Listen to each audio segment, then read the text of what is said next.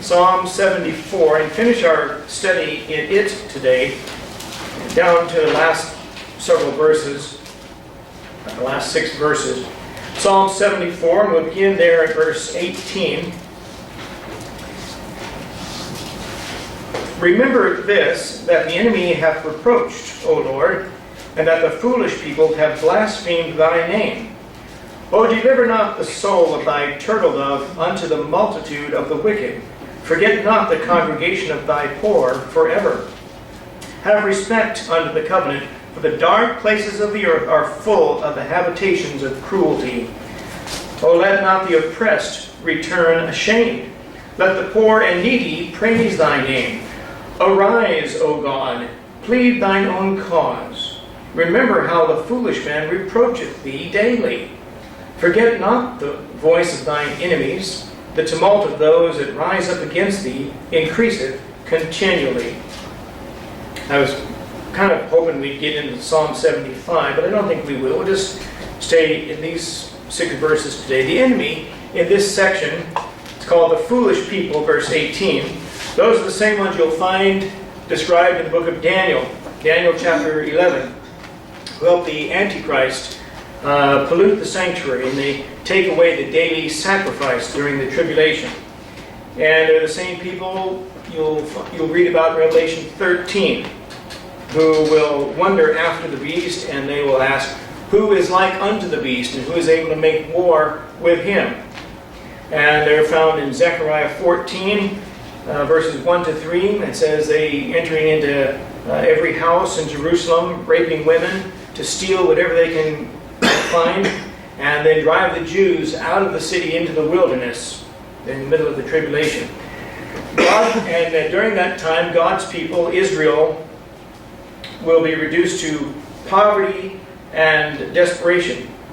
They're called the congregation of the poor, verse 19. Also, look back at Psalm 9. Psalm 9, verse 18 there, says, for the needy shall not always be forgotten, the expectation of the poor shall not perish forever. And Psalm 10, verse 2, the wicked in his pride doth persecute the poor. Let them be taken in the devices that they have imagined, and so forth. And they are the poor and needy. I mentioned here in verse 21, O let not the oppressed return ashamed. Let the poor and needy praise thy name. The poor and needy repeated so often in the book of Psalms and in the Old Testament as a picture of the Jew in the tribulation one day. If there was any doubt about the context and the future application of this passage to Israel in the future, it should be settled by the words, arise, O God, verse 22.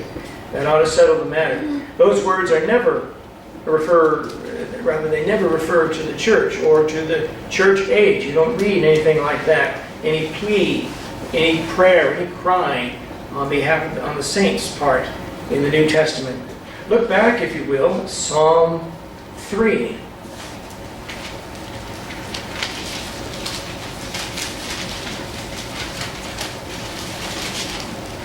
Psalm 3, notice there verse 7.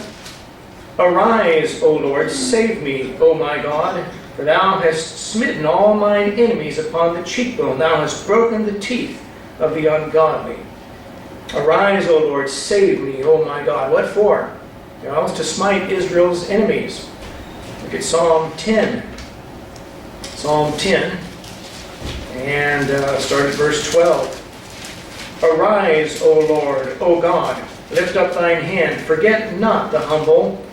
Wherefore doth the wicked condemn God? He hath said in his heart, thou wilt not require. There's arise, O God. And what for? Well, that's to save them from the Antichrist. Look forward to Psalm 82. Go forward maybe 2 pages, Psalm 82. And verse 8 says, arise, O God, judge the earth, for thou shalt inherit all nations.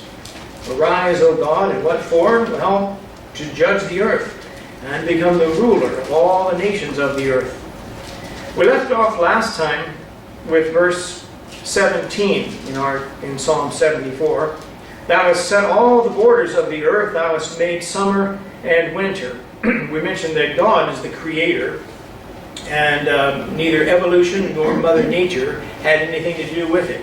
But that subject isn't going to go away anytime soon. The everlasting gospel preached in the book of Revelation has to do with giving God honor, who made the heaven and the earth and all things therein. Had nothing to do with the death, burial, and resurrection of Christ. And the blasphemy, or verse 18, foolish people have blasphemed thy name. The blasphemy of verse 18 would involve giving credit to either evolution or Mother Nature for creating what God created. And so, as I said last time when we finished, that subject isn't going to disappear anytime soon. In fact, it's just going to get worse. More and more people want to latch on to something that is unprovable, undemonstrable, that evolution somehow caused itself to come about. The Big Bang Theory. Once there was nothing, and suddenly everything exploded into existence. We believe that already. It's called Genesis 1. Once there was nothing, then there was everything. The difference is we believe God was responsible for it. The real miracle is to think that it could somehow happen out of nothing by itself. You say, well, there was ether or some gas. Well, where'd that come from? There was some spark that ignited. Well, where did that come from? You cannot create something out of nothing. Israel is called a turtle dove in verse 19, and surrounded by a multitude of the wicked. A turtle dove was the sacrifice that a poor man was able to bring in Leviticus 12, verse 8. And that's what was prescribed for a woman to bring to offer for the cleansing of her sin and the uncleanness, the impurity after having given birth, as Mary certainly did. The oppressed will, and that's how Israel is thus depicted, as a turtle dove, a poor man, or the poor offering. The oppressed will return back to Palestine, there according to verse 21, but they don't want to return back ashamed. That is, the writer wants to come back victorious, and to come back vindicated when God brings them back to their homes once again at the end of the tribulation. And they don't say, plead my cause, O Lord, but plead thine own cause, verse 22. That is, God, stand up for yourself and for your name, and thus save us in the process, save us in so doing. Verse 20 in our text, have respect unto the covenant, for the dark places of the earth are full of the habitations of cruelty. And it will be more true during the tribulation than at any other time in human history. Let me have you consider a couple of passages with me. Go forward to Revelation chapter 9.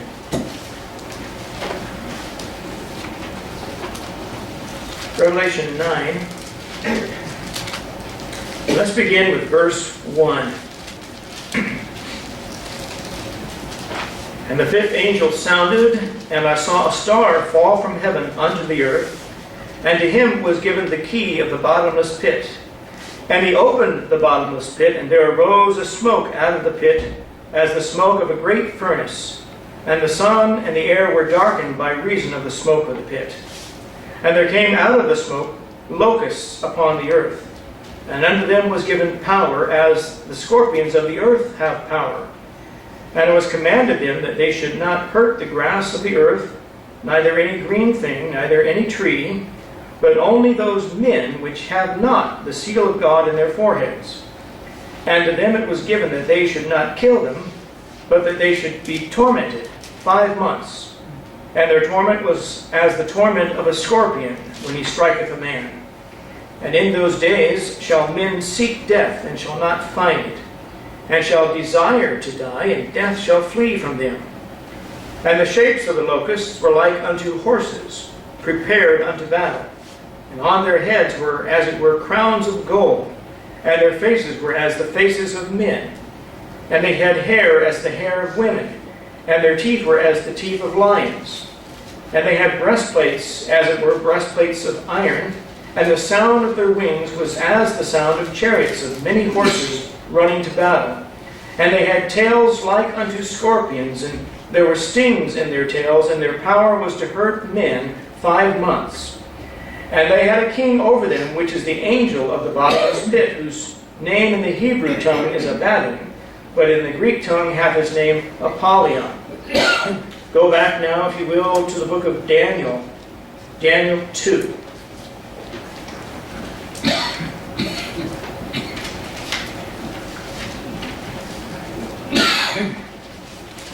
Daniel chapter 2.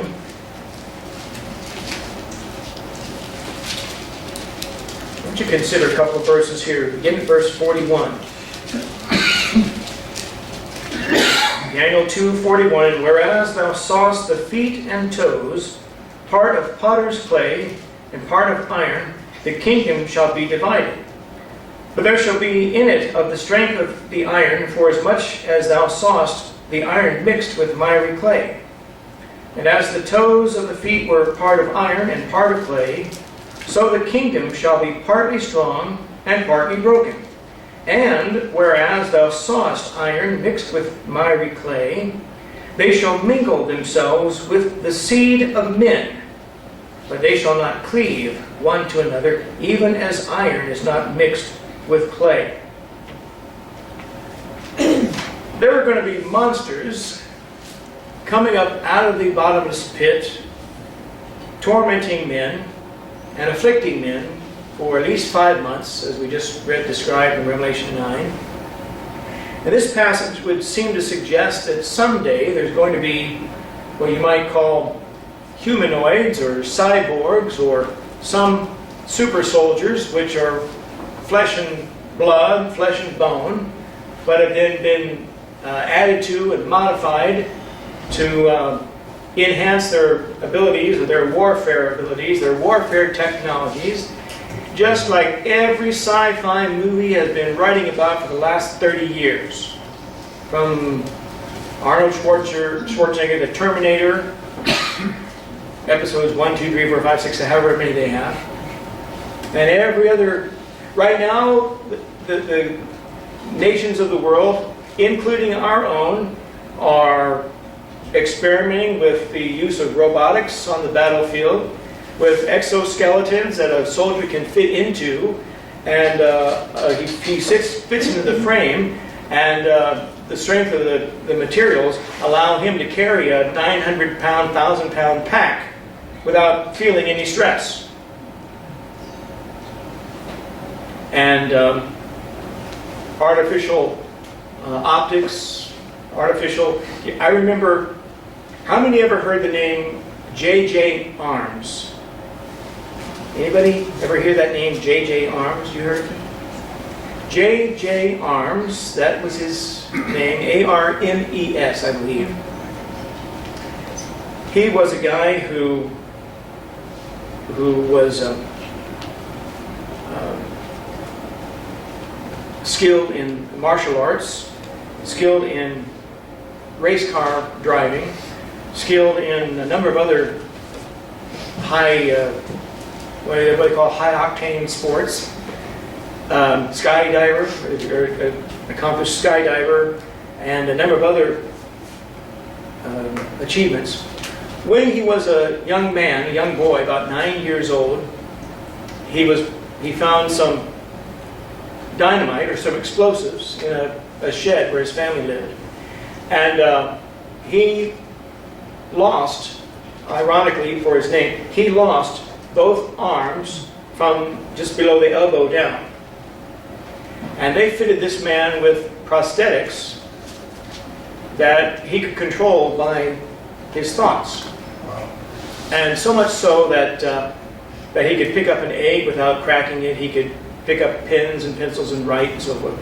And then he learned martial arts. He would sit in a chair in the middle of a boxing ring to give a demonstration, and he would take on 2 or 3 opponents, and with those prosthetics lift himself up and spin around in the chair fast enough to defeat the other guys in the ring. And in those prosthetics, he had firearms that could be controlled by his thoughts. And they gave a demonstration of that. And in fact, they even made an action doll based upon this man. He began to work for the CIA, and he was one of these, sort of a self-styled James Bond. You see the little profile they did on him. And he had this bulletproof Corvette, and the back license plate read, Washington, D.C. plate. And he'd flip a button on the dashboard, and it would flip over to, say, Los Angeles or California, So he could traverse back and forth to two different places. And he had all these little neat toys. But they actually made an action figure based upon him and his real-life exploits, so that you had these artificial contraptions you could attach to the doll's arms, a winch, a hook, or a string or something to pull them up, and so on. And the reason I'm mentioning it now, and it just occurs to me to mention it, I saw his story profiled on television back in the early 1980s. That's how long ago the guy was in the news. And you can only imagine what ways they've added to human beings' ability to lift, to run faster, to carry out a number of tasks that we only imagine, things we don't know about. And so there's the distinct possibility that there are going to be some sort of mixed super soldiers created in the service of the man of sin. And as you read the rest of Revelation chapter 9, it describes 200 million troops after the 4 angels are loosed on the river Euphrates that come from the east to attack Jerusalem. But the description of them, and we always say, well, that's 200 million cavalry soldiers from China. But the description in the rest of Revelation chapter 9 sounds more demonic than it does simply an army of cavalry troops. Now it may be a description of 200 million soldiers from China. They've been able to field at least that many troops for 3 or 4 decades now. But without food to feed an army, it's very hard for an army of that many to maintain and to carry out the logistics to travel all on horseback. How many horses would be able to make the journey from China all the way westward to Israel? Not too many. So you wonder exactly what that is, but the description sounds much more demonic and devilish, like unclean spirits. I don't doubt that. Some sort of hybrid or mixed creature, more like locusts, an overall shape of horses, but tails like scorpions, coming through the air. I don't know how big they'll be when they do afflict and sting men. And along with it, you have earthquakes taking place and fire running along the ground, Revelation 8, just like it did in the book of Exodus in ancient Egypt, in Exodus chapter 9, during that time. So when it says, "For the dark places of the earth are full of the habitations of cruelty," there's going to be one hellish and devilish time on the earth. This is why I'm so glad I'm not going to be here. I can read about it, and I can kind of conjecture about it. But it's interesting that the more you read the Bible, you become a keen observer of little storylines, little things depicted in movies, little stories that are reenacted in the course of a movie or a TV show or some special effects thing. And that becomes more and more firm in my mind. The more you read the Bible, you become an expert at movie critic, or an expert movie critic, because you see little scenes, little glimpses of the future the Bible describes illustrated on the screen. Now, the producers have no idea what they're doing when they do it, but they're illustrating the Word of God, whether they are aware of it or not. And lastly, verse 23 says, "Forget not the voice of thine enemies, the tumult of those that rise up against thee increaseth continually." Well, it's increasing every day, even as we speak. And it's going to continue to increase until the second advent, until the coming again of Jesus Christ. Let me have you look at several verses, and then we'll be finished for this hour. Go back to Psalm 7. Psalm 7.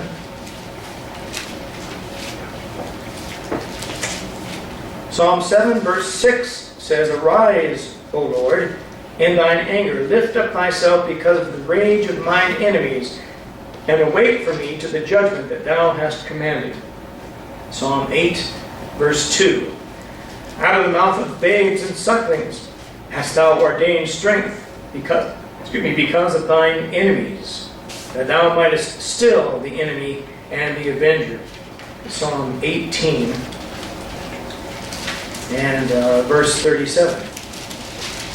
"I have pursued mine enemies and overtaken them, neither did I turn again till they were consumed." Well, that's a promise of God. He will not turn until all of his enemies are consumed. Psalm 21 and verse 8. Psalm 21, 8. "Thine hand shall find out all thine enemies. Thy right hand shall find out those that hate thee." You ever wondered how God specifies the right hand? And the mark of the beast will be applied to either the right hand or the forehead of those who worship. Revelation chapter 13. And the right hand specifically. And when Christ comes back, his right hand is going to want to see what your right hand looks like. If you're not saved, that'll be one telltale sign that you gave your allegiance or your loyalty to the man of sin and not to the Son of God. Look at Psalm 27 and verse 2. "When the wicked, even mine enemies and my foes, came upon me to eat up my flesh, they stumbled and fell." Psalm 37. Psalm 37 and there verse 20. "But the wicked shall perish, and the enemies of the Lord shall be as the fat of lambs. They shall consume into smoke, shall they consume away." Psalm 60.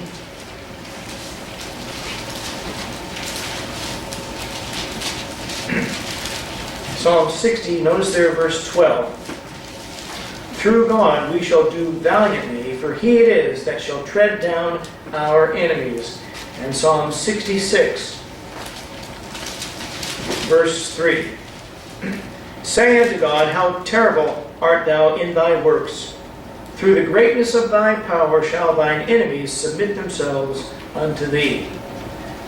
The continual psalms, David and the other psalmists that contributed, speak of God destroying his enemies, consuming his enemies, the enemies of Israel being wiped out until they exist no more by the power of Jesus Christ, the judge of the earth.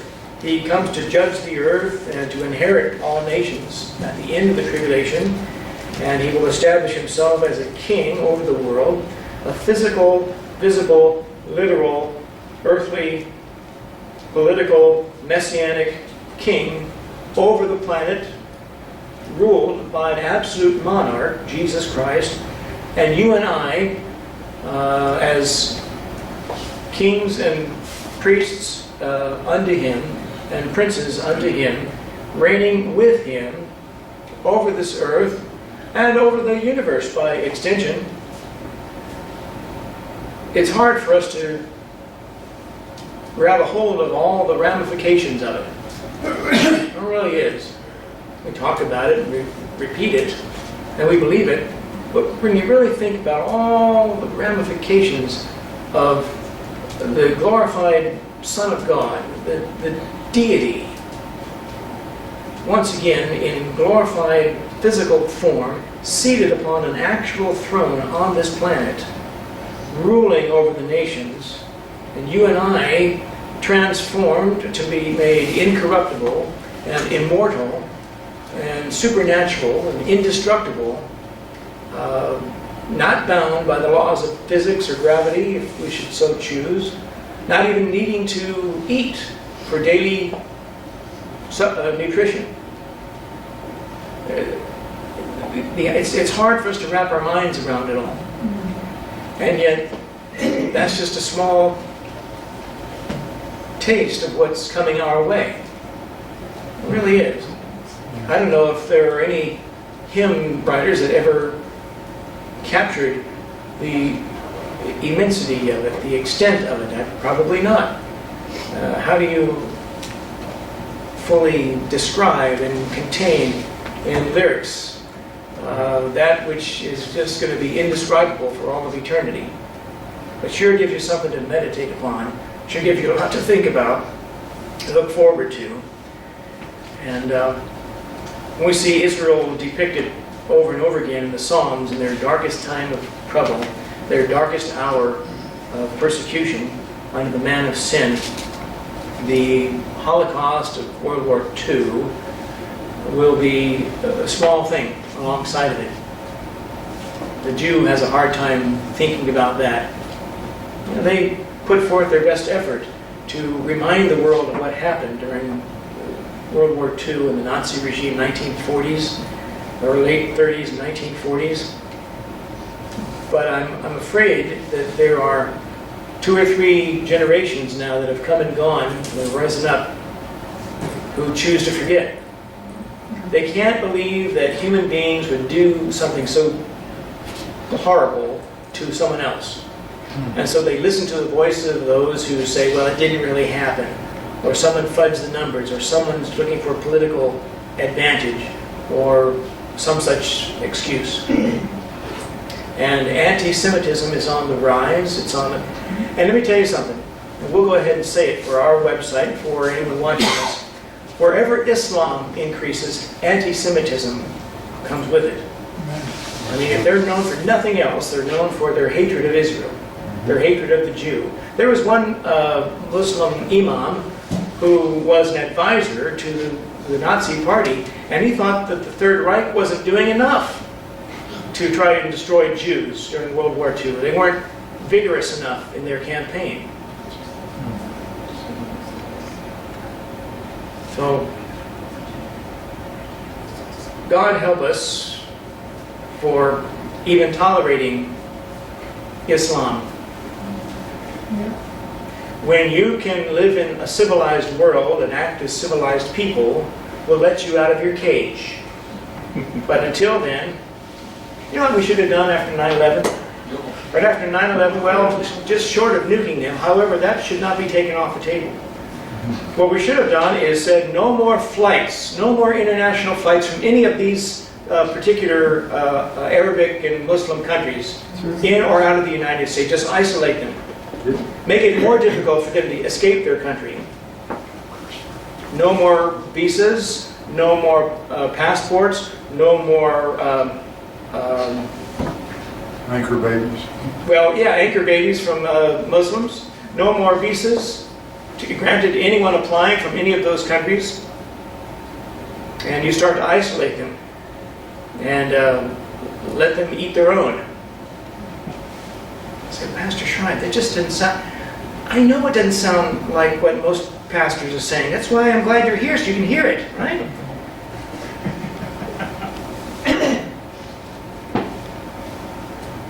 Robert Morey has a degree in Islamic studies, And he wrote the book called The Islamic Invasion over 20 years ago. And he said it was going to increase the Muslim population in the United States and the Western countries was going to increase. And he said all these things long before 9/11. And then when 9/11 occurred, and we saw this monster had awakened, and it was now threatening the rest of the world, called Islam, Mohammedanism. Everyone was asking Mr. Mori for his observations on all these talk shows, and he said, there are approximately 1 billion Muslims in the world. And he maintains that there are Islamic texts in the Quran which would say if the city of Mecca ever perishes, it will prove that Muhammad was not a true prophet of Allah. And he says that what the Western world needs to do is muster the courage and the fortitude and say one more blown up train like they had in Spain, one more bombed subway system like London had, one more hijacked plane, one more this, that, or the other, and we're going to launch a surgical nuclear missile and destroy the city of Mecca and the Kaaba, where you say Muhammad's burial place was. Just destroy it. And he said, now imagine there are 1 billion Muslims in the world. Maybe only 10% are radical enough to strap dynamite to themselves and go blow up somebody else. That's still 100 million. So he said, if something like that were to happen and we were to decimate that city and make good on our threat, on our promise, the 90% would turn on the 10%. And he said the whole religion would collapse in on itself. And he seems very certain about that prospect. And I can only tell you we're living in perilous times. I'm glad I'm not waiting for the undertaker. I'm looking for the uppertaker. And I'm looking forward to the rapture. I'm looking forward to be transformed and made glorified and indestructible and invincible and immortal and incorruptible like the glorified Savior who I live for and love.